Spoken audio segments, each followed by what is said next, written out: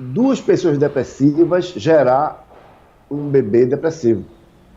É possível duas pessoas ansiosas gerar uma pessoa ansiosa. Mas essa pessoa, esse bebê, ele não está depressivo, ele tem todo um caminho, tem todo um terreno fértil para depressão. O bebê não vai nascer já com depressão, mas com pouco tempo ele pode ficar com sintomas. Eu tenho também ouvido aqui de muita gente que o filho está tomando remédio, com 4, 5 anos de idade. Isso, meu amigo, eu não concordo, não, eu não concordo. Isso é desprezível para mim. Eu acredito também que tem alguns psiquiatras que não concordam. Existe psiquiatra que percorre algum tempo para passar a medicação. Já outros passam a medicação imediatamente. Então, nós sabemos que os profissionais não são culpados por isso. Existe uma demanda muito grande. Existe uma espera muito grande pela clínica psiquiátrica. No consultório está abarrotado de gente. Porque esse psiquiatra não tem tempo de conversar, de saber quem é a pessoa, de ouvir, de ter escuta. Então ele prefere, pelo discurso do paciente, pela queixa do paciente, ele não faz nenhum exame, pela queixa do paciente, ele prefere ministrar o fármaco. Que é para se livrar, não é para se livrar, é para reduzir o impacto que aquela pessoa tem naquele momento. Então, existe o remédio já não cura, né? Remedia. E imagine dessa forma. E outra coisa, uma coisa importante, remédio não cura a alma, né? Tanto é que esses conceitos de depressão e ansiedade já vinha lá atrás da filosofia, né? Platão e por aí vai, já falavam disso, né? Já falavam da filosofia. O pai da medicina, Hipócrates, ele disse o seguinte, ele disse que faça do seu alimento o seu remédio, né? Que o alimento seja um remédio. Mas por que o alimento não é remédio hoje? Porque as pessoas, o intestino das pessoas não funcionam perfeitamente. Existe uma inflamação, vamos dizer assim, no intestino, uma sobrecarga no intestino. Se come todas as porcarias, né? Tem gente que está comendo até animais no outro lugar, bicho, né? Cru, essas coisas todas. E aqui no Ocidente existem muitas massas, muito carboidrato. Esse carboidrato faz com que a gente seja o que é hoje. Isso que nós somos hoje. Seres completamente perturbados, aniquilados e doentes. Então, é isso que eu queria ver hoje aqui. E tudo isso faz com que as pessoas cheguem a ter esse terceiro grau. Vamos chamar de terceiro grau. Essa coisa de depressão ao terceiro grau. Olha, gente, ultimamente eu estou sendo muito procurado por gente. Agora mesmo, tem uma pessoa na ponta da linha esperando, eu não vou entrar agora, só depois de terminar o programa, uma ponta da linha que está ansioso, perturbado, com uma filha que está no processo complicado. Já foi a psicóloga, já foi a psiquiatra, nossa, está feio. E aí, o pai quer falar comigo para ver a possibilidade de eu atender, para tirar essa sua filha do caos. É muito ruim o pai ou a mãe olhar para o filho e ver o filho desequilibrado, transtornado, e tomando remédio não dando jeito. Qual pai que vai ficar bem? Vai ficar transtornado. Ou o marido, ou a mulher, desse jeito. Chegou aqui um amigo que disse assim, minha mulher está no processo de loucura, na linguagem dele. E eu não sei o que fazer, me ajude. Eu queria um profissional igual a você, porque para você ela não quer vir. Porque ela acha que você vai induzir ela porque é meu amigo. Eu disse, tem vários profissionais. Eu já fui, então São Paulo. Eu tenho alguns amigos de São Paulo que podem atender. Então, é complicado, gente. Primeiro, como eu falei aqui em programas anteriores, tem que existir um vínculo. E principalmente no processo terapêutico. Se não existir confiança do paciente, do terapeuta, não vai rolar. Tem que criar esse vínculo. Então, essa resistência, que é normal, que as pessoas veem o consultório com essa resistência, elas serão quebradas. Então, esse profissional tem que ser bom para quebrar a resistência. Se esse profissional não tiver firmeza, a resistência vai pendurar. E não vai rolar. Não vai rolar. Aí vai rodear a mesa. Não vai acontecer nada. Ok, gente? Então, os caminhos que levam à depressão. Eu falei da questão cultural. Então, nós temos aqui 6 continentes no mundo. habitados, né? Então, América, Europa, a Ásia, a África, a Oceania e a Antártida. Então, com exceção da Antártida, todos esses continentes têm países. Tem países. E o continente maior, o número de países, é a África, que tem 185 países. A África tem mais países. E o continente que tem mais população é o asiático, cada China, né? Tem tantos bilhões de pessoas e vai por aí fora, Índia e por aí fora. Então, são bilhões de pessoas que habitam nesses continentes. E aí, esses bilhões de pessoas que habitam a Terra, não quer dizer que na Antártida não tem ninguém nativo. Ninguém não é nativo. Não tornou-se uma pátria ali, não tem ninguém nativo. Existem pessoas flutuantes, pessoas que vão e vêm na Antártida. Eu pensava que era Antártica, mas é Antártida. Antártica é cerveja. Então, gente, a gente observa que essas pessoas elas têm temperamentos e comportamentos diferentes. As pessoas dessas nações. Na Ásia, as pessoas se comportam de um jeito, no Ocidente se comportam de outro jeito, né? Na Europa se comporta muito parecido com o Ocidente. Então, esses comportamentos vão apimentar essas reações psíquicas. Esses comportamentos irão apimentar, irão colocar adubo nessa plantação. Então, é muito mais a gente observar o italiano, observar o brasileiro e o americano, você observa que ele é mais temperamental. Nós somos mais temperamentais. Grita mais, fala alto, né? Você vê no restaurante um italiano falando, ele grita que só você quer, grita. Então, até no Nordeste, até no Brasil, há diferenciação cultural pela criação, pela colonização de cada cidade, né?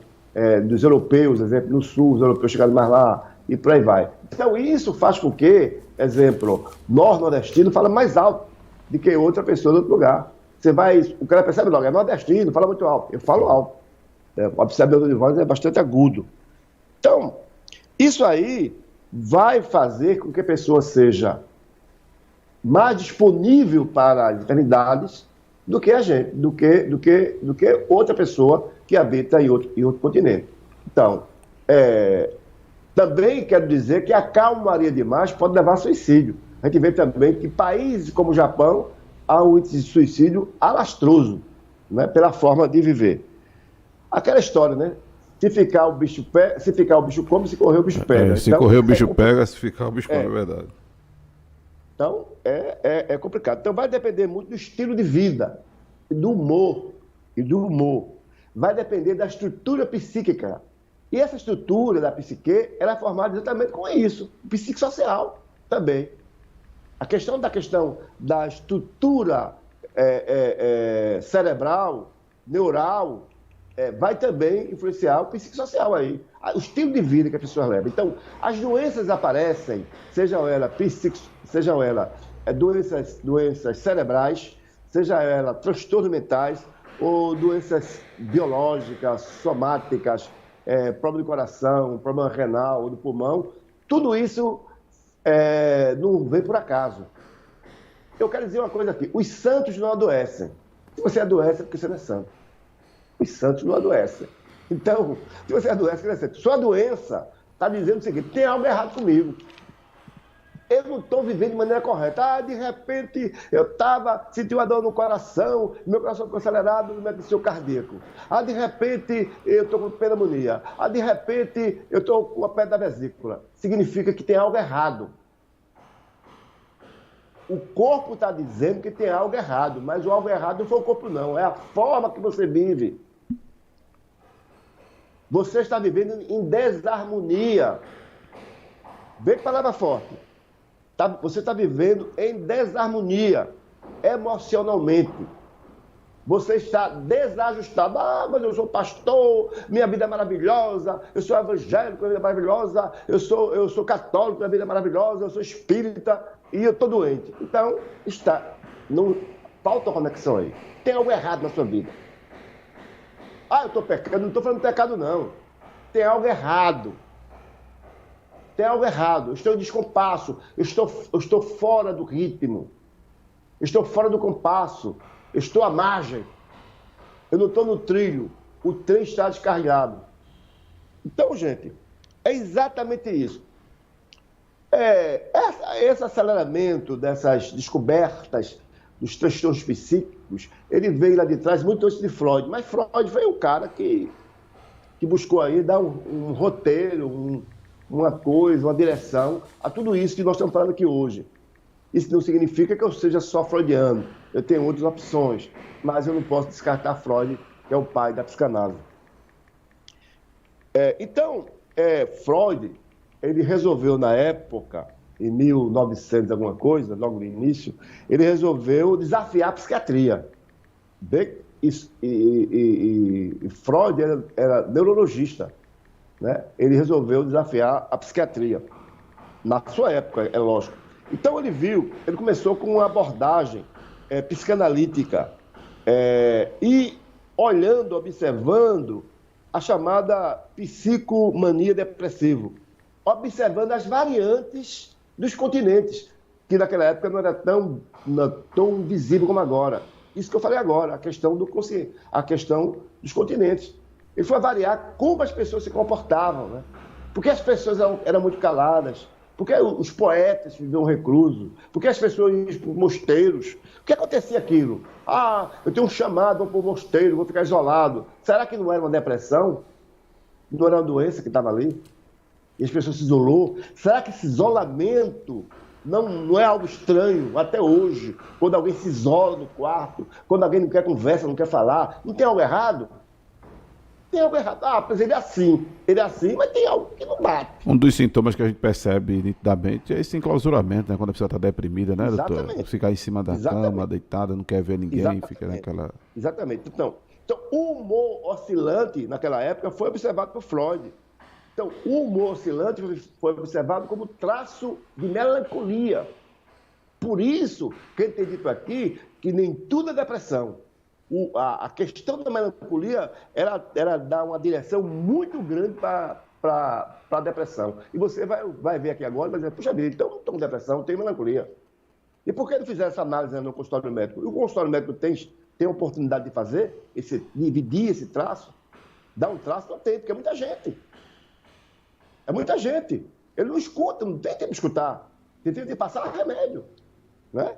Então, a nosografia, ela foi discutida muito naquela época.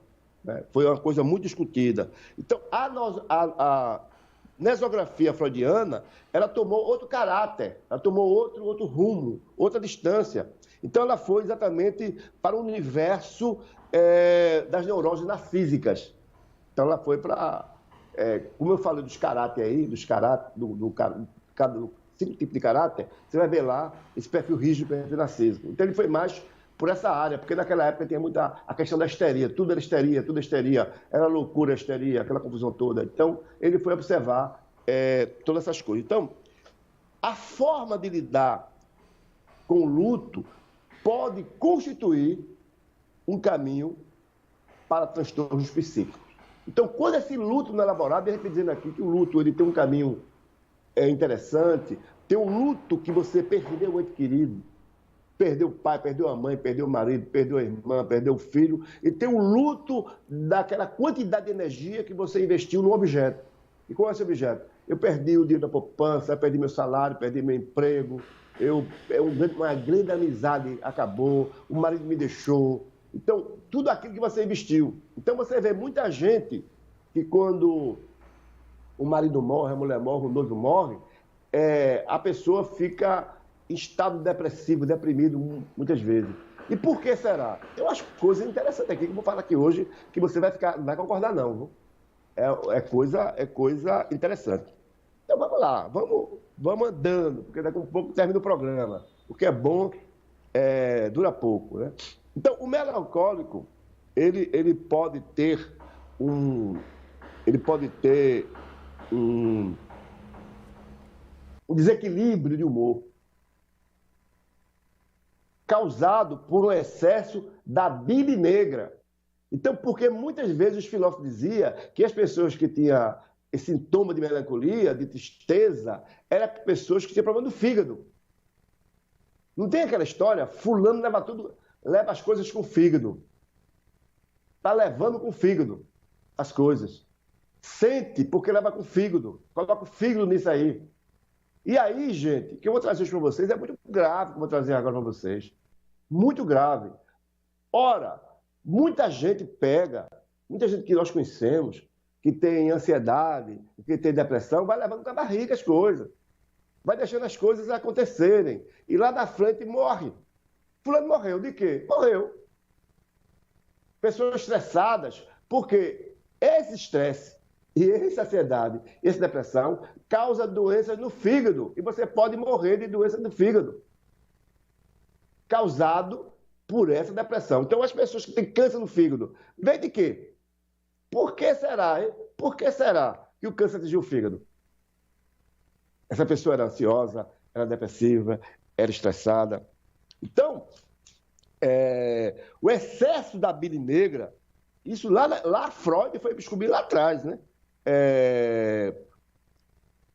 Mostrou que muita gente tem um temperamento diferente. E as pessoas tinham temperamento diferente por isso. Eram pessoas distante e frias.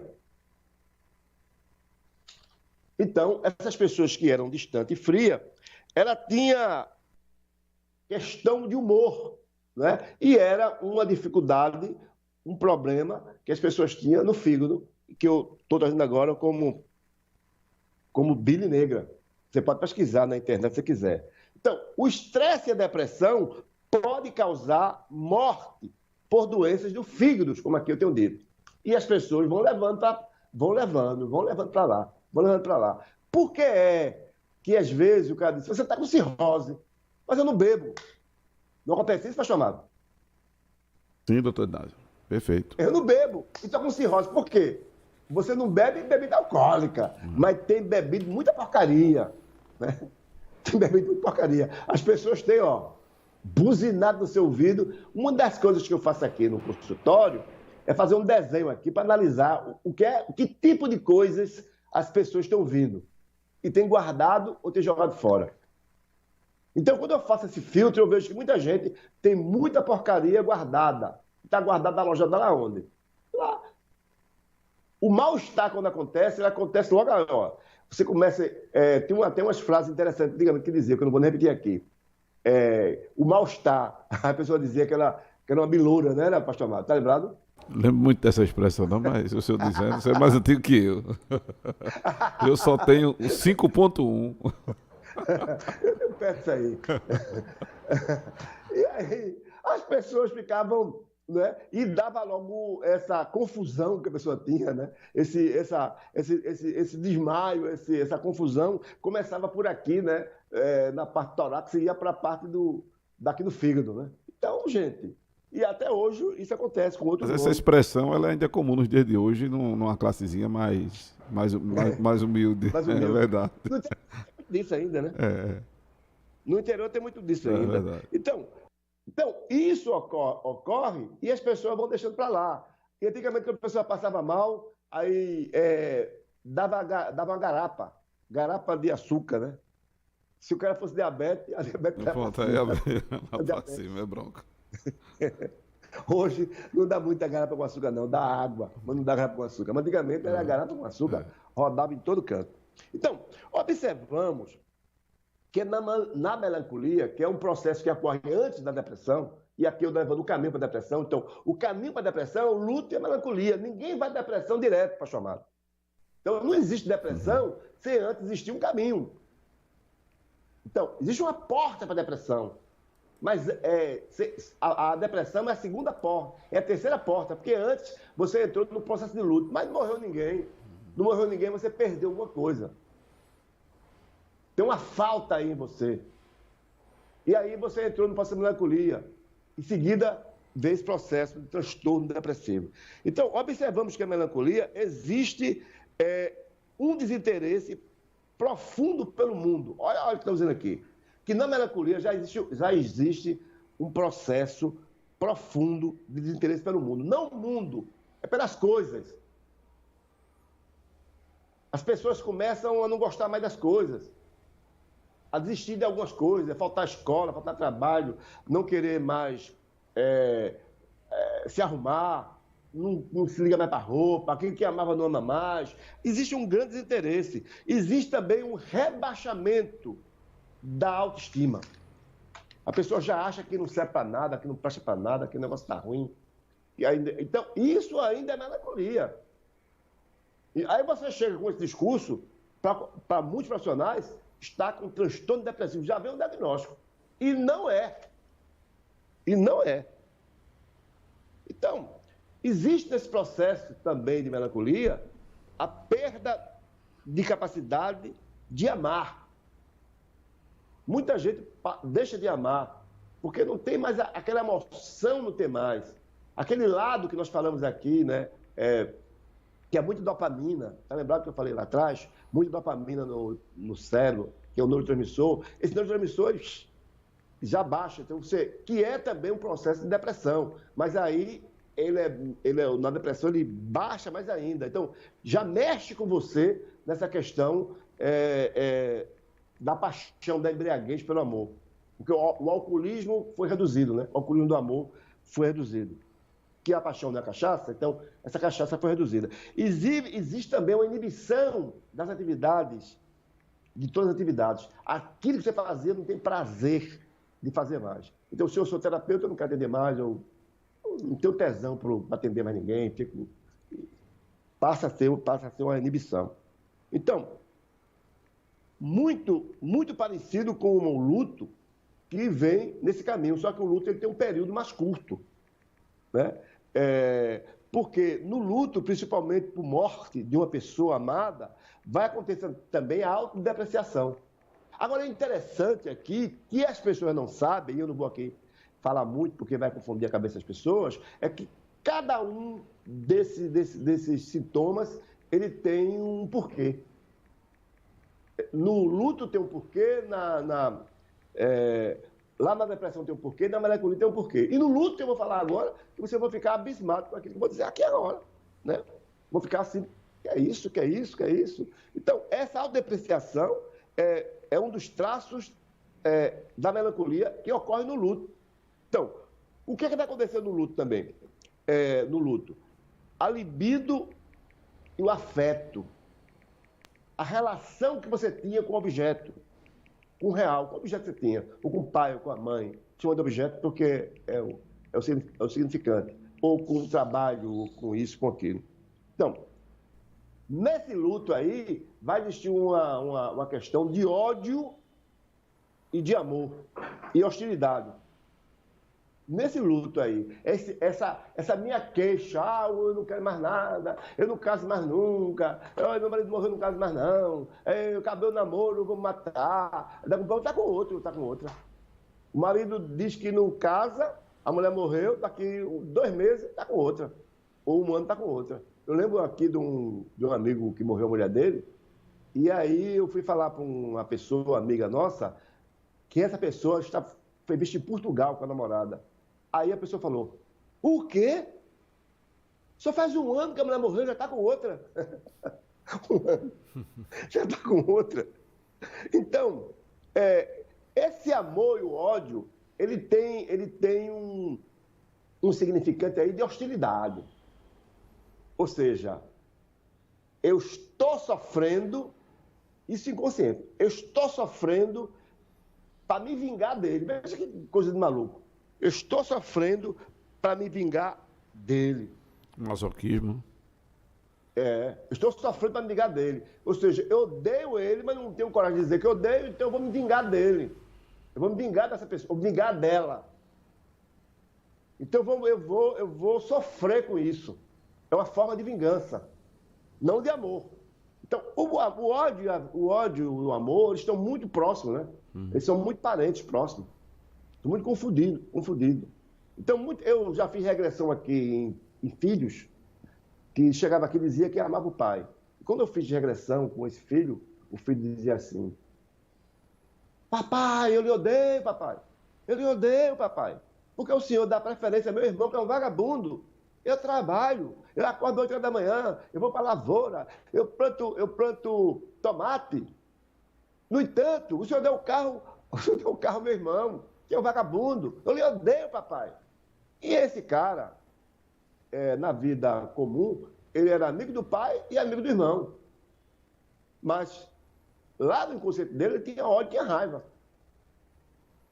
Então, na morte dos dois, ele iria sofrer muito, mas como vingança, né?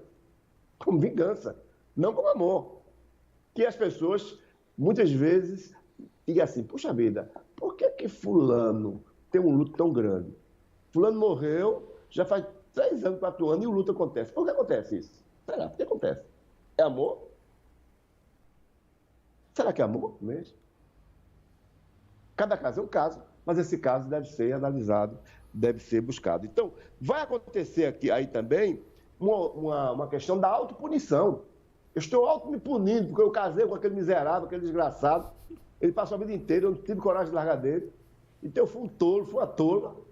E agora eu estou sofrendo por isso, entendeu? Não por amor, entendeu, pastor Mário? Entendi. Eu estou me punindo. Eu fiquei com aquela peste a vida inteira. Eu fiquei naquele emprego 20 anos. Naquele emprego, perdi minha vida naquele emprego, fui despedido agora. Aí no primeiro momento, tá vendo, não olharam para mim, o esforço que eu fiz, não sei o quê, mas depois a punição que vem. Eu perdi foi tempo naquela desgraça e sofrendo, mas não parte para outra, fica sofrendo ali no canto. Então, muito sofrimento vem pela autopunição. Que aí as pessoas acham que é uma questão depressiva, e é o luto. Um luto que não foi elaborado. Então, esse profissional, ele deve ter o olhar e ter a competência de fazer os cortes. O que é luto, o que é melancolia, o que é depressão. Não tratar tudo com o mesmo jeito, porque tem causas diferentes, origens diferentes. Não é tudo no mesmo balaio. E esse mundo moderno está colocando tudo no mesmo balaio, gente. Esse mundo contemporâneo, desculpa. Está colocando tudo no mesmo balaio.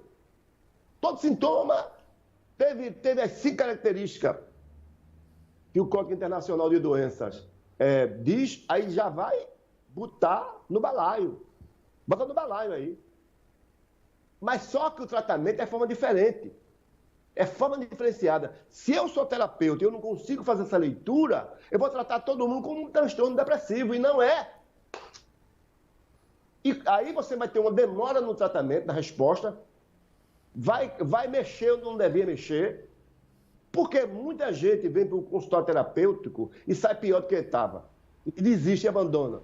Por que será? Então, e por que as pessoas dizem, uma pessoa me falou, eu vou para o consultório, consultório, e o psicólogo, eu falei, passei, e depois fui embora. Acabou, fui embora. Eu sei por que eles fazem isso, mas não vou aqui dizer. Não é nada de maldade, não. Nada de maldade. São técnicas, né? Mas que muitas vezes não funcionam. Então, gente, seres humanos são pessoas complexas e difíceis de lidar. Então, gente, essa autopunição, ela vai ocorrer, sim, nesse processo de luto, que é muitas vezes confundido já com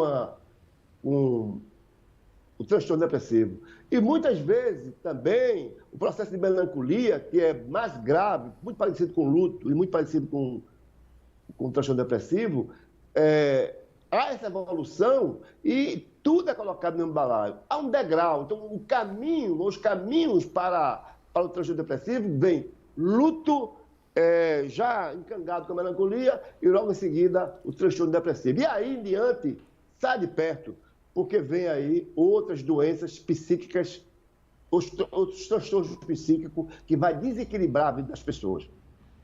Aí nós temos aí, segundo a OMS, nós temos no mundo aí cerca de 500 milhão de pessoas que têm depressão, né? E aí, se você for juntar todos os transtornos que existem, são bilhões de pessoas que estão hoje com problema. E no Brasil, que as coisas se agravam mais por causa, motivada pela qualidade de vida que nós temos. Uma pessoa que mora num vão, que tem 7 filhos, que ali todo mundo faz tudo, né? Todo mundo ali faz tudo, todo mundo vive ali daquele jeito, come daquele jeito, dorme daquele jeito, um na sala, outro no quarto, que um escuta o que o outro diz. Logicamente que a qualidade de vida psíquica não é a mesma. Lógico que não é. Porque, como nós falamos aqui em programas anteriores, existe uma evolução do ser humano, desde a parte uterina até os 7 anos de idade, que é a primeira fase. E nessa primeira fase, a criança vai ouvir e vai repetir, e depois ela vai copiar. Meu filho está dizendo assim, eu falo assim, Arthur é lasca, né? Meu filho tem 2 anos. Eu digo, Arthur é lasca, né? O que aconteceu agora? Meu filho foi dizer à mãe, Arthur é lasca. Ele repetiu o que eu disse. Agora, imagine numa casa onde todo mundo estuda. E a criança escuta tudo. Imagine numa casa, um cômodo pequeno, onde todo mundo solta alguns sons que não são bem-vindos na sociedade. Essa criança vai achar que é normal. Imagine numa casa, um cômodo pequeno, onde à noite os filhos ouvem alguns ruídos que é normal, mas que para ele não é, para que a ele estimula ele. E aí, como é que vai ser a psique dessa criança? Tudo isso nós vivemos em eterno laboratório. Esse mundo é um laboratório. Esse mundo é um grande berço. E cada qual não sei cada qual. Não pode ser tudo emaranhado. Por que a Bíblia diz que quando o homem casa, deixa pai e deixa mãe? Por que será? Por que não tem todo mundo junto? Tudo numa casa. Podia ser assim, não poderia? Mas a Bíblia diz que sai de casa, faça ela embora. Então, cada qual não sei cada qual, gente. Então, por que essa questão, esse mundo de hoje está levando todo mundo para uma qualidade de vida complicada? Muitas doenças se viram aí, inventadas aí, descobertas aí, daqui um pouco haverão outras doenças que irão impactar as nossas vidas. Então, a depressão, a ansiedade, elas têm origens. Elas têm origem. E isso aí está muito ligado à quantidade de energia psíquica. Está ligada à libido. Está ligada à satisfação e o desprazer. Então, tudo isso que eu falei, as doenças que ocorrem, seja ela de qualquer origem, de qualquer forma, elas são derivadas disso que eu falei agora aqui. Das energias psíquicas, a libido, da satisfação, do prazer e o desprazer. Então, o desprazer causa doença. O desprazer causa doença. O desprazer vai trazer para você um embate no seu inconsciente. Então, a coisa é muito séria que eu estou dizendo aqui. A coisa é muito complexa. Então, você não é obrigado a entender isso. Você não é obrigado a entender o que ocorre no seu inconsciente. Você não é obrigado a entender o que ocorre dentro de você. E por isso que você vai ao consultório médico e lá ele pede exames para saber o que está acontecendo. O médico suspeita o que está acontecendo e pede exame. Ele pede exame. E pede neuroimagem, raio-x, como é que funciona. Então, ele vai observar como é que está funcionando, as taxas como estão, e ali para saber o que está acontecendo com você. Mas esse retrato, essa foto que é tirada, esse exame que é exibido, que é mostrado, vai marcar você como ser biológico que recebeu o impacto da relação que você vive com seu marido, com sua mulher, com seu filho, ou com seu filho com o pai. As influências que o corpo exibiu e mostrou, um resultado de tudo isso e de uma história que houve no passado. Como também é impossível alguém olhar o que é que está ocorrendo na sua mente só apenas com aquilo que foi exibido. É necessário ter uma escuta apurada, e é isso que nós fazemos aqui, uma escuta apurada ou alguns mecanismos para entender o outro, o que é que está acontecendo com o outro. Porque muita gente chega e se queixa que está pensando constantemente sobre o mesmo assunto, ou que está pensando muita besteira. Porque é comum alguém pensar num assunto triste, sentir e chorar. Já está chorando. É comum. E ficar deprimido, porque só pensa naquilo. Então, o processo do transtorno depressivo é olhar sobre o passado. Todo ser que está deprimido, ele está lidando com o insucesso. Porque não conseguiu emprego, porque aconteceu, porque não sei o quê, porque não deu, porque eu perdi lá atrás, meu pai me bateu, minha mãe me bateu, porque minha mãe não gosta de mim, porque ele não me ama. Está sempre olhando para os atos passados. Ele está sempre olhando para o retrovisor. Mas antes que isso aconteça, por que ele pensa assim? Por que ele pensa assim? Ah, porque eu só penso para trás. Ah, porque eu só olho para trás. Por que eu sou assim? Eu falei que as coisas começam lá na questão, no embrionário, na fase embrionária, lá no útero. E aí, como esse ser que saiu do útero lidar com as perdas? Como é que você lidava com as perdas? Então, esse ser que hoje só olha para trás, esse ser que está ansioso olhando para frente, só para frente, ah, porque eu vou conseguir, eu tenho que conseguir, eu vou conseguir, eu tenho que conseguir, e fica doente. Porque esse comportamento ocorreu durante a infância. Eu já falei aqui no programa anteriores. Então, esse comportamento que adquiriu durante a infância está sendo repetido agora. Ou seja, tudo que você está fazendo é uma repetição de todo o passado que você viveu. Veja que coisa interessante. Então, eu deixo 3 minutos para a fase final, que eu tenho outro compromisso. O programa hoje foi mais curto, mas eu acho que de boa qualidade. Com certeza, doutor Ednásio. Agradecendo a audiência aqui dos que interagem conosco no YouTube. Neide Rocha, Elizabeth Freitas. Obrigado a todos aí pela audiência. Obrigado a Miralei Thier pelos compartilhamentos no Facebook. Ajuda na visibilidade aí da nossa transmissão.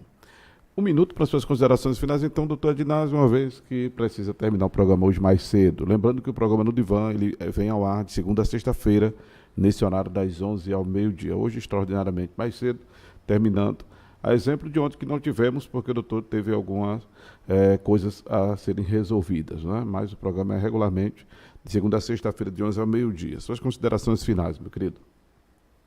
Bom, eu vou atender um paciente agora que está em crise, e por isso estou atendendo mais cedo também, mas eu quero dizer a vocês que esse material colocado aqui hoje é um material interessante para pesquisa, para buscar outro assunto, né?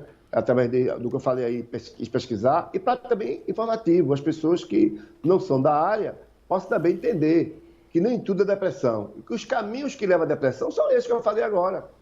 Amanhã teremos outro programa, vamos falar sobre tudo isso, ansiedade, depressão, a depressão, melancolia e luto até sexta-feira. Sexta-feira terminamos o programa e vamos na outra semana com outra abordagem. Quero agradecer a vocês pela audiência e compartilhe aí com as pessoas. Estamos aqui para servir a vocês. Valeu, doutor Ednásio, um abraço e até mais. Você acabou de ver e ouvir do Sistema Multistream da Rede Cristã Brasil, psicanalista Ednásio Silva, com o programa dele, no Divã. Lembrando, voltaremos amanhã. Segue a programação da Rede Cristã Brasil. Segue a programação da Rede Cristã Brasil em nossas plataformas de áudio. E o programa Ponto de Encontro com o pastor Roberto Ricardo no horário das 12h30 às 14 horas. Vem aí o programa Gabinete Pastoral. Escuta aí. Todas terças e quintas-feiras, das 9 às 10 da manhã, acompanhe o programa Gabinete Pastoral. Solicite uma orientação bíblica para sua causa. Escreva sua carta e nos envie. Pode ser pelo e-mail acordabenção100.7@hotmail.com, pelo zap da Rede Cristã Brasil ou pelo nosso endereço. Solicite pelo zap da rádio 819 8720 4989. Muito bem. Esse programa vem ao ar nas terças e quintas-feiras, começando já amanhã, no horário das 9 às 10 da manhã, aqui na Rede Cristã Brasil. Aguardo vocês, tá certo? Não só assistindo, ouvindo, mas também mandando sua carta para a orientação bíblica, né? O famoso Conselho Pastoral. Um abraço e até mais, com a Corda Bênção às 0h ao vivo. Programa no Divã fica por aqui. A gente volta amanhã, nesse mesmo horário.